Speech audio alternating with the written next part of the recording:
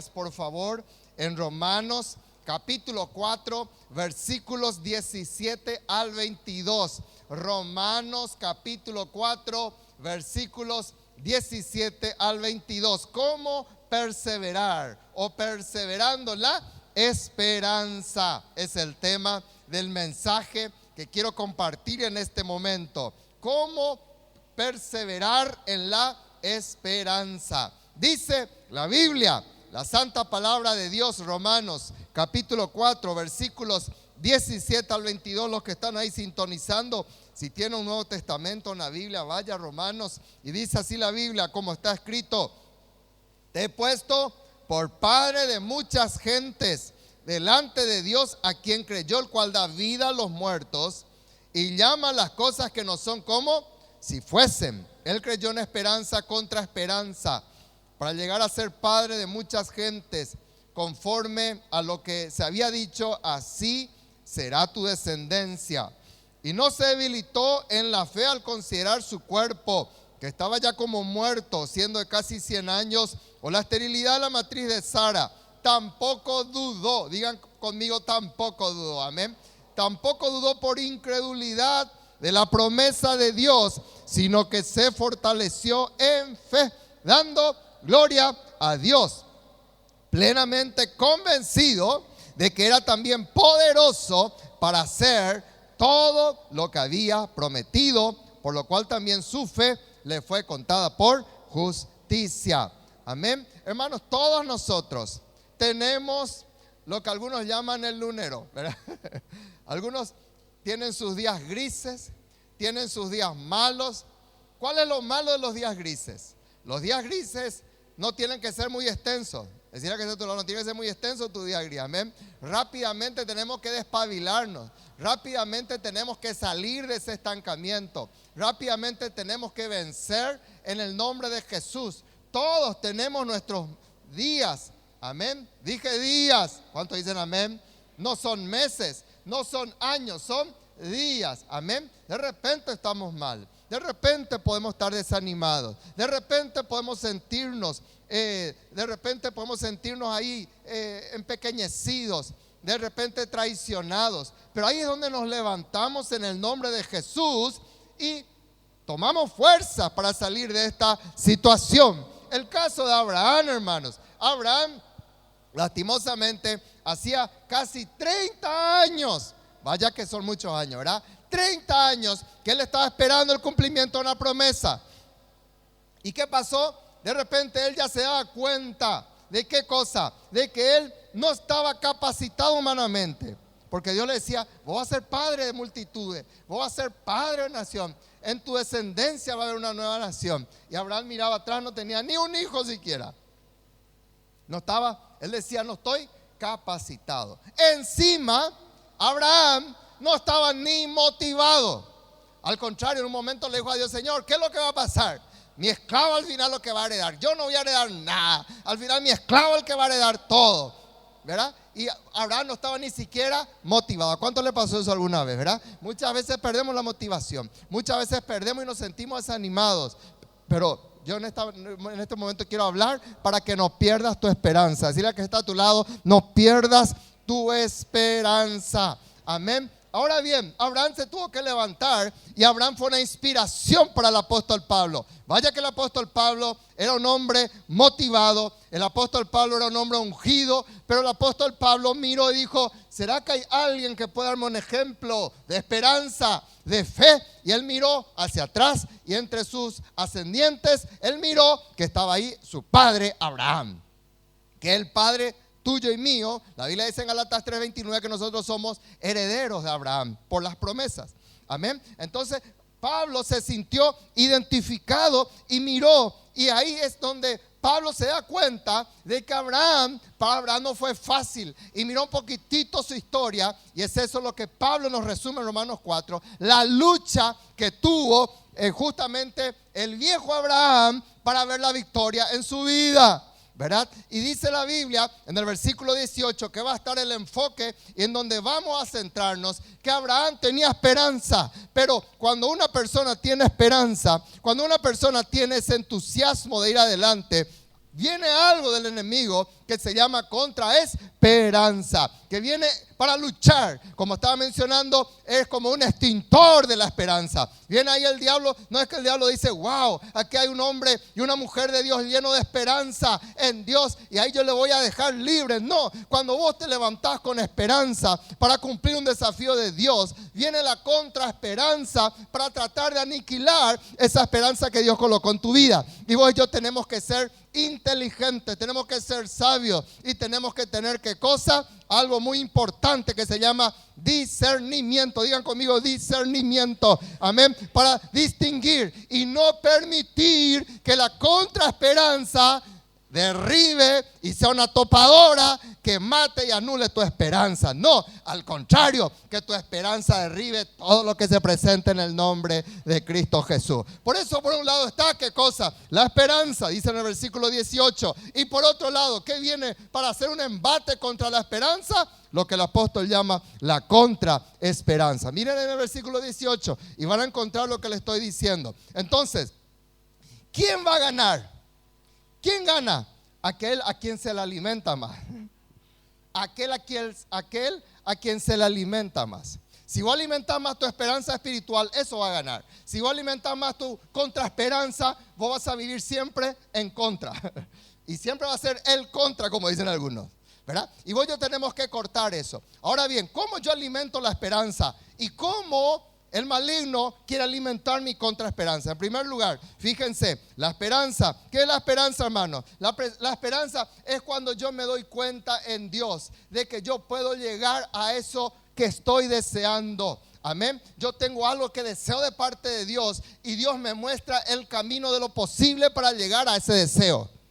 Amén. Y yo tengo esa convicción. Yo voy a llegar a lo que deseo porque me aferro del Dios de lo posible y de lo imposible. Digan conmigo, posible e imposible. Y Él me inyecta de eso, me llena, amén, aún de las cosas imposibles para que en mí se conviertan posibles y yo llegue a lo que estoy deseando. ¿Qué es lo que yo estoy deseando? Lo que Él desea para mi vida. Cuando yo solamente deseo lo que yo quiero para mi vida, ahí entro en el campo del egoísmo, ahí entro en el campo de la frustración. Pero cuando yo me muevo en el deseo de Dios y sus sueños pasan a ser parte de mis sueños y sus sueños ahí están mimetizados conmigo, yo soy uno con Él, entonces yo llego a esa victoria en el nombre de Cristo Jesús. ¿Qué es esperanza? Es la perspectiva, el enfoque, todo el entusiasmo y todo aquello que nosotros tenemos para llegar a alcanzar algún bien. La esperanza, 1 Corintios 13, es una de las 3 virtudes cardinales del Hijo de Dios. Dice en 1 Corintios 13:13, y ahora permanecen la fe, ¿qué cosa?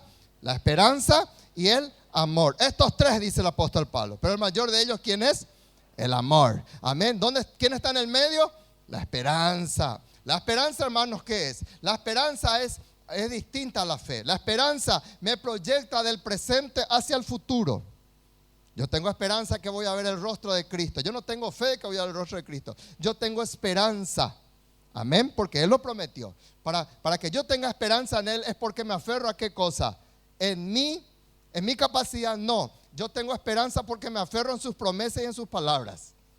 Amén, mi esperanza se sustenta, eso vamos a ver en un ratito, en sus promesas y en sus palabras. Entonces, yo le recibo a Jesús, yo tengo esperanza de ¿qué cosa? De que cuando parta de esta tierra veré su rostro. Amén, yo tengo esperanza de todas esas cosas. Ahora la fe sin embargo, atrae el futuro al presente. La esperanza me proyecta el presente hacia el futuro y la fe atrae el futuro hacia el presente. Entonces la fe, es lo que dice la palabra de Dios, es cuando yo llamo las cosas que no son como si fuesen. Y yo ahí ya creo, y yo ya miro, y yo ya estoy ahí proyectándome en victoria, y yo ya sé en el nombre de Jesús que voy a llegar. Amén. Y ahí está lejos, parece lejana. Ahí la conversión de mis seres queridos parece lejana, en la liberación financiera, pero yo en el nombre de Jesús atrapo ese futuro con fe y lo traigo al presente. Y en esperanza yo me proyecto hoy para todas las cosas que me depara el futuro. Yo tengo toda la esperanza de que todos mis nietos, toda la esperanza de que mis generaciones van a ser bendecidas. Esa es una esperanza que yo tengo.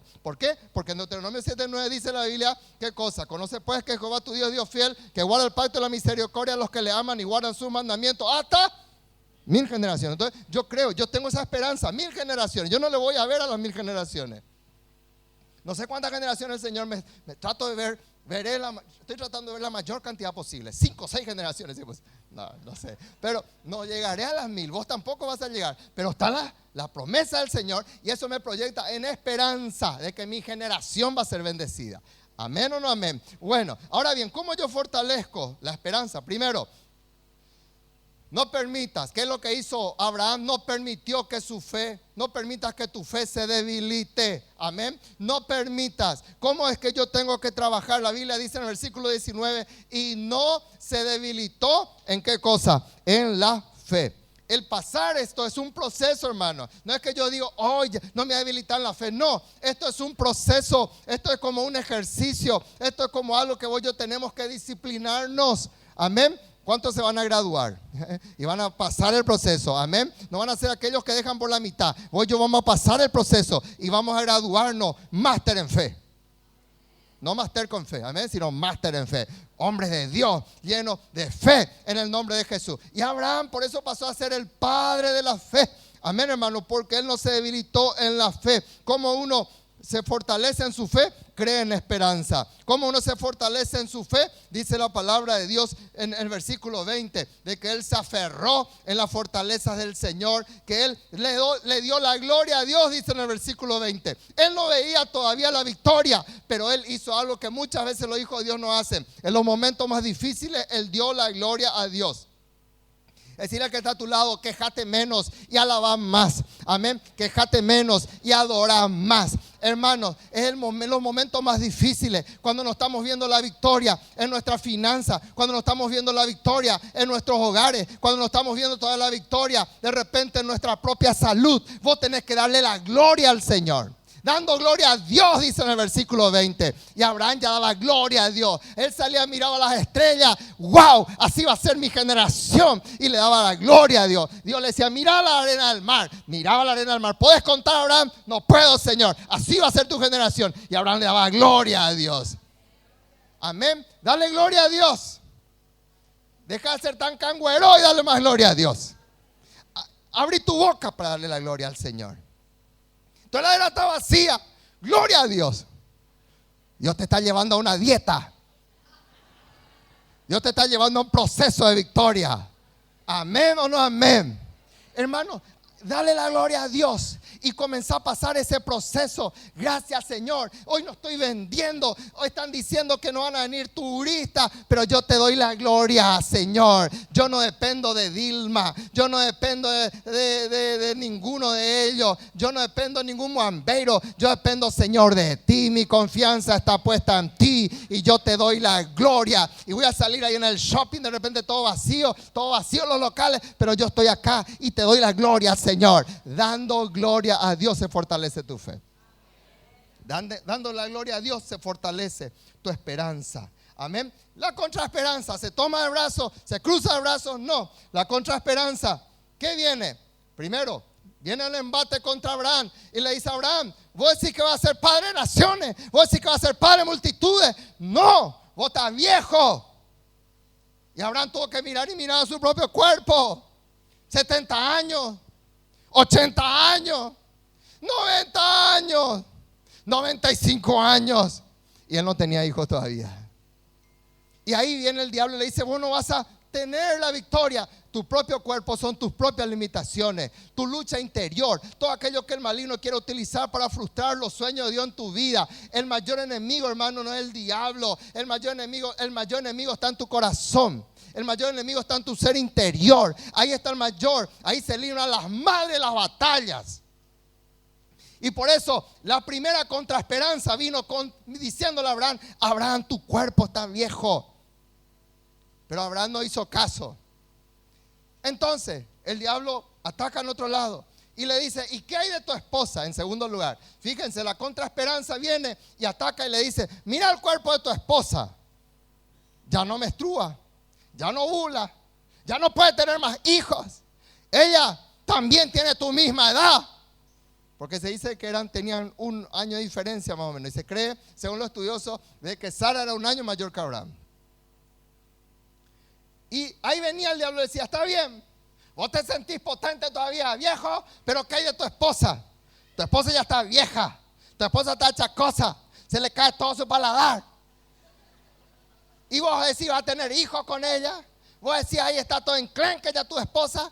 Y ahí era una lucha. ¿Qué representa tu esposa? Todo lo que te rodea, las circunstancias, la economía, tu familia, ¿verdad? Todo lo que te rodea. Tu esposa representa tu entorno. Tu cuerpo representa tu propio ser. Y tu esposa, dice la Biblia acá, en el versículo 19, que el diablo le mostró y le decía, mira la esterilidad de Sara.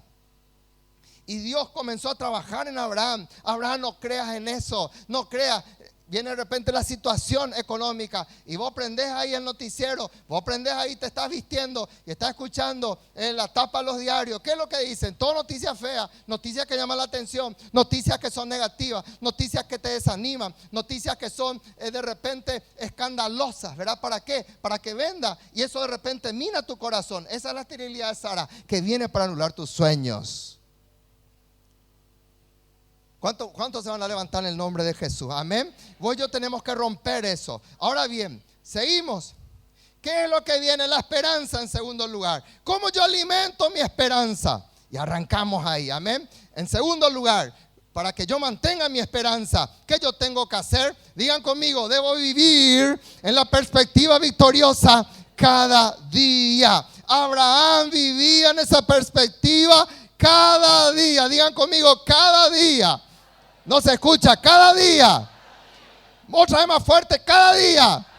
Amén. Dice la Biblia, versículo 21, plenamente convencido de que era también poderoso. ¿Para qué? Para hacer todo lo que había prometido. Y ahí estaba Abraham, miraba su cuerpo enclenque, miraba su cuerpo, el cuerpo de su esposa, un pergamino todo arrugado. Los dos, todos viejos ya. Pero Abraham, hermanos, él recibió la palabra, él recibió la promesa, él recibió un sueño mayor que él. Porque el que vive en victoria tiene un sueño siempre más grande que su propia vida. El sueño de Dios. ¿Y saben qué, hermanos? Abraham entonces dijo, yo no voy a considerar mi cuerpo, no voy a considerar el cuerpo de Sara. Voy a vivir en esta perspectiva. Voy a vivir, gloria a Dios. Voy a estar plenamente convencido. Amén, hermano. No solamente estaba convencido, sino que él estaba plenamente convencido. Digan conmigo, es plenamente convencido. Más fuerte, es plenamente convencido. Para convencerle a una persona que ya está plenamente convencida, hermano, no lo vas a hacer. Si una persona ya está plenamente convencida de algo, no le vas a cambiar. ¿Qué es convencer? Es probar una cosa de manera racional, que no la pueda negar. Racionalmente ya no la pueda negar. Y si vos le convencés a una persona, es porque vos le demostrás de que esa persona está equivocada. Pero una persona que está plenamente convencida, un hijo de Dios que está convencido, una hija de Dios que está convencida en la promesa de Dios, van a venir los argumentos, van a venir los supuestos convencimientos del diablo, van a venir, ¿qué cosa? Los platos de lentejas del maligno para proponerte de que vos salgas de tu posición. Pero cuando vos estás plenamente convencido, vos decís, yo rechazo.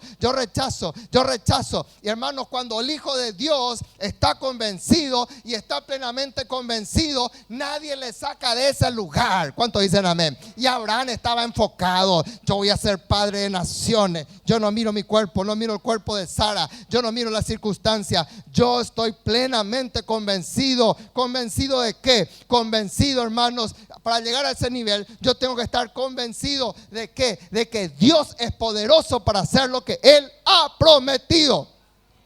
Yo no voy a llegar nunca a ese nivel, hermano, si yo no estoy ahí lleno del poder de Dios. Y vos y yo tenemos que hacer esto. ¿Cuántos dicen amén, hermano? Porque de repente vienen los ataques, vienen todos los argumentos del maligno, y muchos lastimosamente escuchan, y en vez de convencer a otros, ellos son convencidos por el mal, lastimosamente. ¿Por qué? Porque tenés argumento y. ¿Por qué? Porque tenés una fe pequeña. ¿Por qué? Porque no estás plenamente convencido. Pero cuando vos estás plenamente convencido, vos te aferrás y sabes de que Él es poderoso para hacer todo lo que Él ha prometido. Abraham, eso es lo que se dio cuenta y eso es lo que determinó creer. ¿Cuántos dicen amén? Eso es lo que Abraham se dio cuenta. Y es eso lo que él determinó creer. Y él llegó a ese nivel. Llegó al nivel de ¿qué, hermanos? De estar plenamente convencido. Cuando vos no estás convencido, cuando el Hijo de Dios no está convencido de algo, ¿qué es lo que genera? ¿Saben qué genera? En vez de ser un hijo lleno de fe, de poder, un hijo de Dios que no está convencido de nada, da lástima. En vez de tener poder, da lástima. ¿Qué da? Da lástima. Porque no tiene convencimiento si es salvo o no es salvo. No tiene convencimiento por qué da o no da. No tiene convencimiento si ama o odia. No tiene convencimiento de nada. Y vos le mirás a ese hijo, vos le mirás a esa hija de Dios y da lástima en vez de estar. Pero cuando vos ves a un hijo de Dios convencido, hermano, cuando ves a una hija de Dios convencida, vos decís, wow, este es una referencia, este es un modelo. Viene la situación adversa, viene todo el cuerpo de Sara, todo lo que está pasando a su alrededor. Y él no cambia. Es como ese árbol plantado. Amén. Usted no ve que el árbol ahí cada rato, no, ya me cansé de esta agüita, me voy otra vez aquí. Me cansé aquí. No. Por eso dice la Biblia en Salmo 1 de que yo tenemos que ser como árboles plantados junto a corriente de agua. El árbol no se mueve cada rato, hermano. ¿Por qué? Porque está plenamente convencido que ahí Dios le colocó, ahí se queda, ahí y no está deambulando aquí para allá. No es que un día está en el mundo, otro día está en Dios. Un día está ahí en la estratosfera, un día está ahí con Dios, con la fe de Dios, mañana ya está agnóstico otra vez. No podés andar así. Vos tenés que estar plenamente convencido. ¿Cuántos dicen amén? Y Abraham estaba plenamente convencido y él no daba lástima. Al contrario, él se iba entre la gente y cuando de repente la gente le miraba a Abraham, la gente decía, adelante Abraham, adelante. Y él decía, pero ¿por qué? Vos sos un príncipe de Dios entre nosotros. Así le trataban a Abraham. Wow. No decían porque vos tenés plata. No, vos sos un príncipe de Dios entre nosotros. Lo que vos quieras nosotros vamos. ¿Qué es lo que vos querés, Abraham? Y la gente ¿por qué? Porque él no daba lástima. El Hijo de Dios no tiene que dar lástima. El Hijo de Dios tiene que moverse plenamente convencido, aferrado en las promesas de Dios. Y viene alguien y te dice, pobrecito vos, tu abuela, que voy a ser pobrecito. Yo soy hijo del rey. Yo voy a salir adelante. Yo voy a ir en victoria. Yo no doy lástima. Yo soy un hijo del rey. Amén. Y puedo estar probado. Puedo estar pasando tribulaciones, pero estoy plenamente convencido de lo que yo creo. Y no se me saca de ese lugar. Segundo, ¿y qué viene la contraesperanza? Si vos estás ahí con esa esperanza, viene la contraesperanza y te ataca ¿con qué cosa? Con la incredulidad. Mientras vos estás fuerte en Dios, viene el embate de la topadora diabólica, viene el extintor maligno. Y vos estás ahí fortalecido en tu fe. Vos le mirás a Sara, amén, Sara. Vamos a tener hijos igual. Amén. Vamos a gozarnos otra vez. Gloria a Dios. ¿Verdad? Y viene el diablo. Viene la contraesperanza. Versículo 20. Tampoco dudó por incredulidad, dice la Biblia. ¿Qué es lo que Abraham tuvo la lucha, hermano? Para que él dudara. ¿Con qué cosa? Con la incredulidad. Eso es algo que vemos del huerto de Edén, hermano. El diablo le metió duda a Eva. Y lastimosamente Eva no estaba plenamente convencida. Eva creyó y el tilingo Adán creyó también detrás. En vez de aferrarse a Dios, le creyó a su esposa y le dejó del lado de Dios. Y los dos cayeron, los dos fueron, los dos salieron y dieron lástima por ahí. Desnudos andaban así, ¿verdad? Dando lástima. Porque el Hijo de Dios que no está fuerte en él da lástima. ¿Y qué pasó, hermano? Sin embargo, Abraham se dio cuenta, venía la incredulidad. La incredulidad es un engendro diabólico de la duda. Es hijo de la duda. La incredulidad es un engendro diabólico de la duda. Cuidado. De repente no viene ahí una falda, no viene ahí una pollera para tumbarte y de repente vos estás firme y vos tenés moralidad, vos tenés toda la integridad, pero viene la duda a tu mente.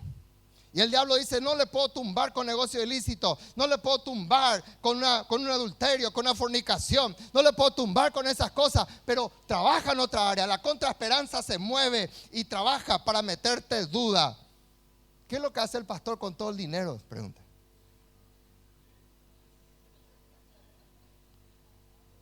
¿Qué es lo que están haciendo allá?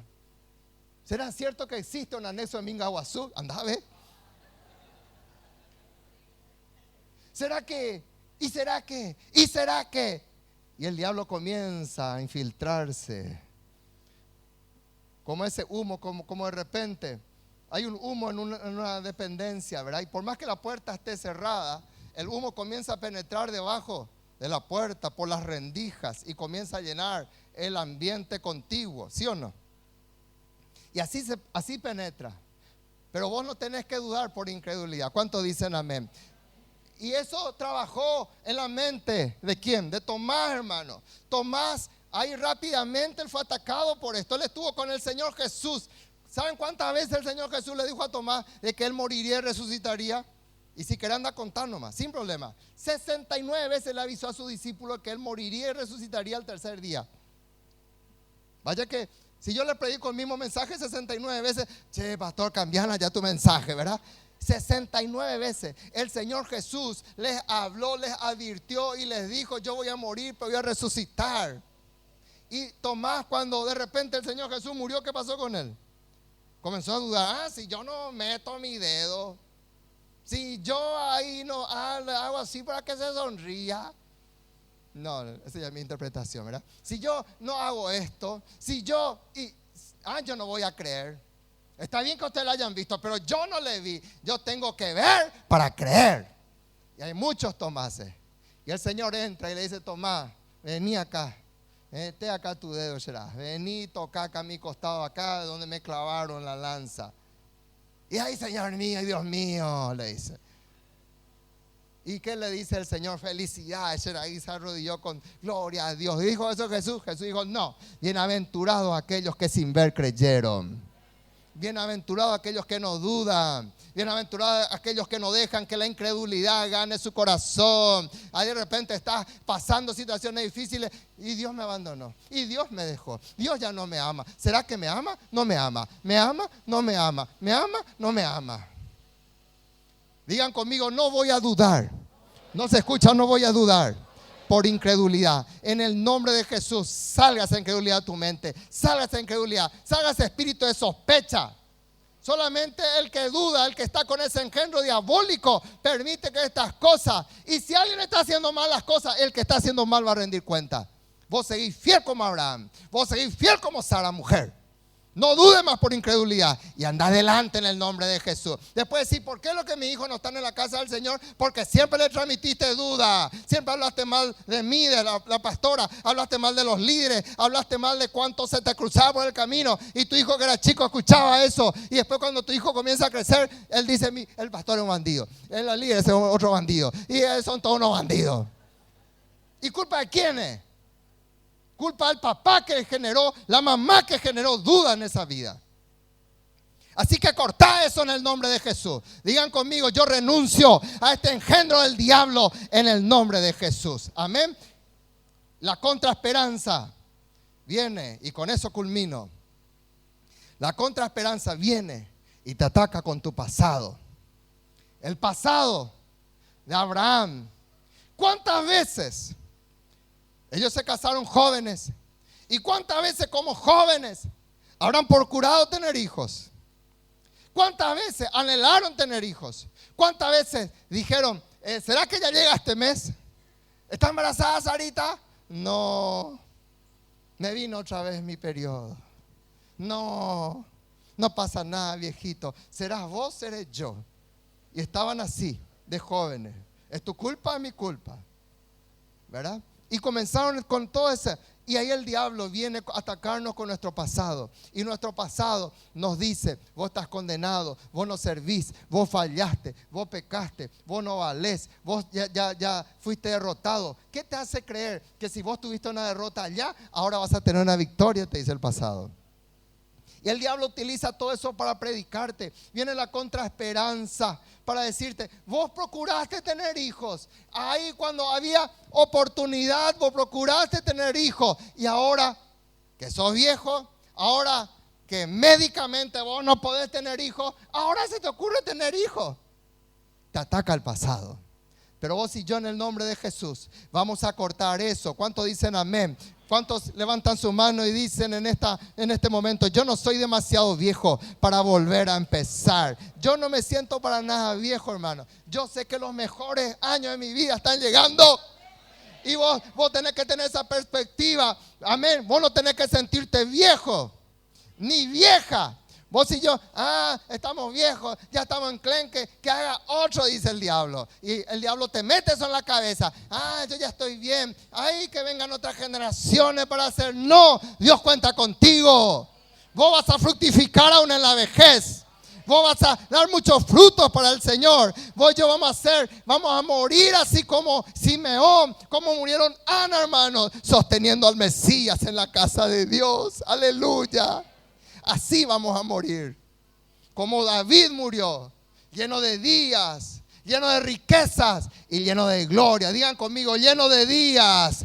No se escucha, lleno de días, lleno de riquezas y lleno de gloria para la honra del Señor. Denle un aplauso al Señor y aplauda porque tenemos esperanza en Él. Amén. Lleno de estos. Así murió David. Y los tilingos como Saúl, ¿cómo murieron, hermano? ¿Cómo murió Saúl? Suicidándose, tirándose él sobre su espada. Loco. ¿Cómo murió él? Buscando consejo de hechiceras. Alguien que tenía toda la unción de Dios. Sin embargo, él despreció la unción de Dios y se metió en la triste unción diabólica que le enloquece y que le lleva a la paranoia. No dejes que tu pasado te condene. Por eso el apóstol Pablo, yo estoy seguro, hermano, ustedes se imaginan, yo me imagino la vida del apóstol Pablo cuando él estaba allí librando sus batallas espirituales, su propio cuerpo. Ustedes se imaginan ahí recibiendo la palabra de Dios y de repente el diablo le trae, ¿qué le trae? En mente la cara de Esteban, por ejemplo, y le dice: ¿te acordás? ¿Te acordás, Saulo? ¿Te acordás? Vos participaste, ¿te acordás que le apedrearon a Esteban? Y vos diste tu consentimiento, ¿te acordás? Y ahora te haces el santurrón, ahora te haces el gran apóstol, ahora te haces el hombre ungido por Dios, ahora te haces el hombre que tenés la revelación para escribir y levantar iglesia. ¿Acaso hoy yo no nos conocemos?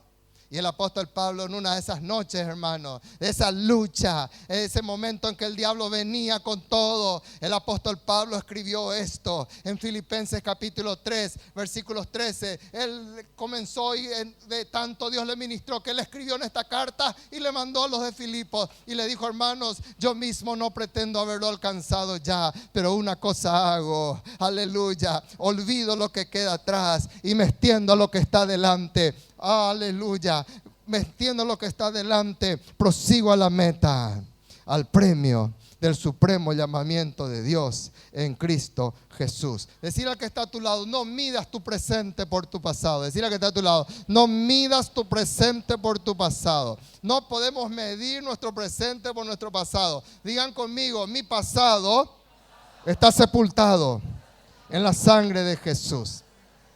Y él dijo, digan conmigo, él dijo: nunca más me acordaré de tus pecados y de tus transgresiones. Lo prometió Dios, lo firmó Dios y tiene el aval, el sello de cumplimiento de Dios. Apláudale fuerte a Dios. Él te dice: nunca más, nunca más, nunca más, nunca más, nunca más.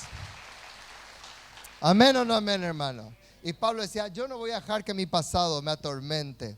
Yo no voy a dejar, decía Abraham, que esto me atormente, porque él sabía que aunque su pasado no fue fértil, aunque él no engendró ningún hijo, aunque él no hizo ninguna de estas cosas, él sabía que había victoria en Dios. Conclusión: cuando escuchamos la historia de Abraham, vemos de que en su batalla, en esperanza contra esperanza, Abraham decidió ¿qué cosa? ¿Aferrarse a la esperanza o a la contraesperanza? Se aferró de la esperanza. Y Dios le honró tanto a Abraham. Le honró tanto de que él pasó a la historia como el amigo de Dios. De que él pasó a la historia como el padre de la fe. Él es tu padre en un sentido de fe. Porque él decidió desechar la contraesperanza y levantarse en victoria. Yo te pregunto en estos momentos: ¿en quién vos te apoyás en los momentos de mayor dificultad? ¿No es cierto, hermanos, que a veces nos enfermamos y ¿dónde está el remedio? Y está bien, gloria a Dios por la medicina. Pero no decimos, voy a orar primero a Dios. El cheque, ¿cómo pago mañana? ¿Dónde está mi usurero de turno? ¿En quién nos apoyamos cuando viene la contraesperanza? ¿Dónde está tu confianza? ¿Dónde está tu esperanza? Algunos depositan su confianza en su familia. Gloria a Dios por la familia. Gloria a Dios, una bendición de Dios. Pero mi esperanza no está en mi familia. Mi esperanza no está en esas cosas. Entonces Job preguntó, hermanos. Y Job dijo, ¿dónde está mi esperanza? Y mi esperanza, ¿quién la verá? Job capítulo 17 versículo 15 hizo esta pregunta. Él estaba desanimado. Él tuvo su día gris, pero él no murió con sus días grises. Pero él exclamó eso. ¿Dónde está mi esperanza? Y pareciera que después años, un hombre de Dios llamado David, e irónicamente está Job y después está Salmos en la Biblia. No es que se escribieron uno tras otro, no. Se lo colocó. Hay mucho tiempo, muchos años de distancia entre Job y David. Pero hay una respuesta de David sin haber leído el libro de Job. David responde en Salmos 39:7. Y él dice, mi esperanza está en ti, Dios. Digan conmigo, mi esperanza está en ti, Dios. ¿En qué está tu esperanza? ¿En tu propia capacidad? ¿En que vos le vas a cambiar a tu esposo? ¿En que vos le vas a cambiar a tu esposa? ¿En que vos le vas a cambiar a tu papá? ¿En que vos vas a levantar esa empresa? ¿En qué está tu esperanza? Que podamos decir como David, mi esperanza está en Dios. ¿Cuántos dicen amén?